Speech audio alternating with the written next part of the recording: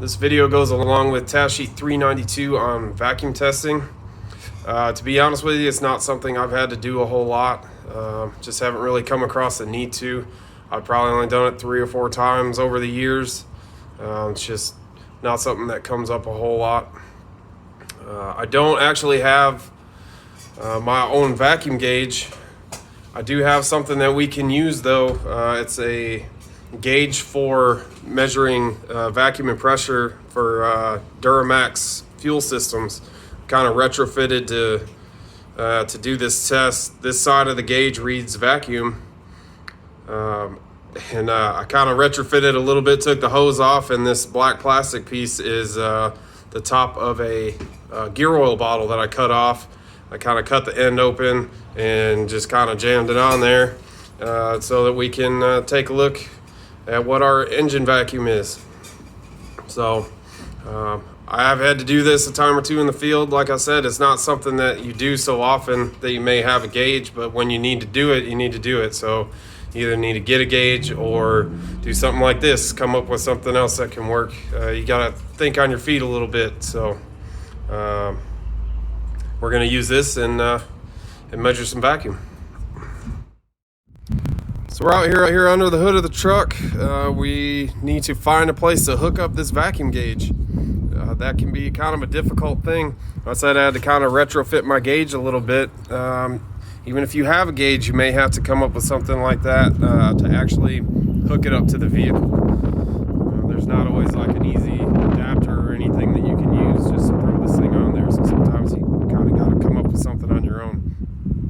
But the first step is to find a source of vacuum.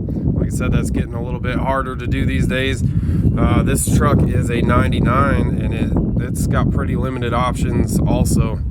A lot of vehicles have vacuum brake booster.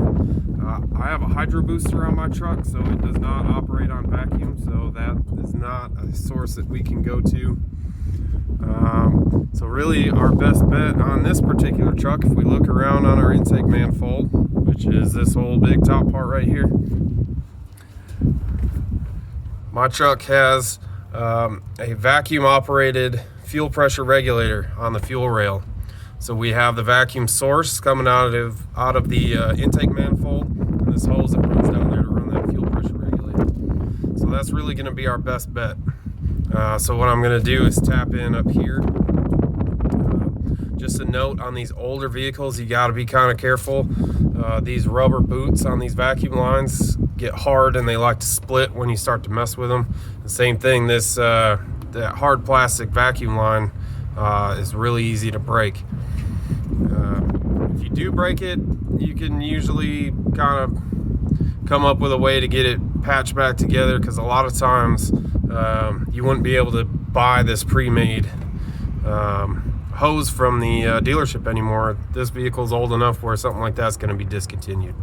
So we're going to gently pop this off of here without tearing anything up. These plastic fittings are not that hard to break off either, so last thing you want to do is break a whole intake manifold. So we have our rigged up gauge here, and all we're going to do is just shove that in there, and yeah, you can see how well that works. But we're going to start this thing up and see what kind of vacuum we get.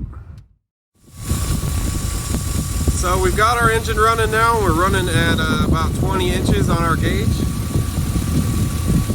which is what you would expect for a normally functioning engine, somewhere around in there. I think it's 17 to 21 is what the book said. So when we give this thing a little bit of throttle, you can kind of see how this thing behaves.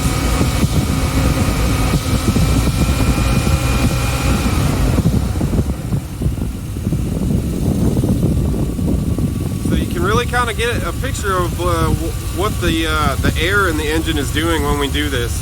So right now with the throttle plate closed, it's like putting your finger on the end of the syringe and pulling the plunger. You know, you're kind of, there's a restriction there, so the vacuum increases. But as soon as we crack open that plate it dips down because all of a sudden you got air rushing in, and then as the RPM stabilize, it comes back up and it goes up a little bit higher than what it was before, since it's actually drawing more air in. So it can be a valuable test if you need to, but like I said, not something I've had to do a whole lot of, but kind of gives you a little bit of a picture of how this thing's breathing, and that's really the goal of this, is to determine if we have a mechanical or an electrical problem. Again, if this needle on this gauge was kind of twitching back and forth real fast, we'd be looking for burnt valve, sticking valve, broken valve spring, something like that. So there are some times that you may be able to catch that. On these, the newer trucks, on these engines, we did have valve spring problems. And you would be able to catch that on one of these gauges. These engines are easy enough to work on, though, that most of the time, if we suspected a broken valve spring, we pop the valve cover off real quick to just to visually inspect, because it's easy enough to do. On other vehicles, that may be a little bit more difficult, and you may grab your gauge before you start cracking into anything. So it just depends on what you're working on. Just a test you need to be able to know how to do, whether you do it a lot or not. So give a shot filling out that task sheet, and check out the next video.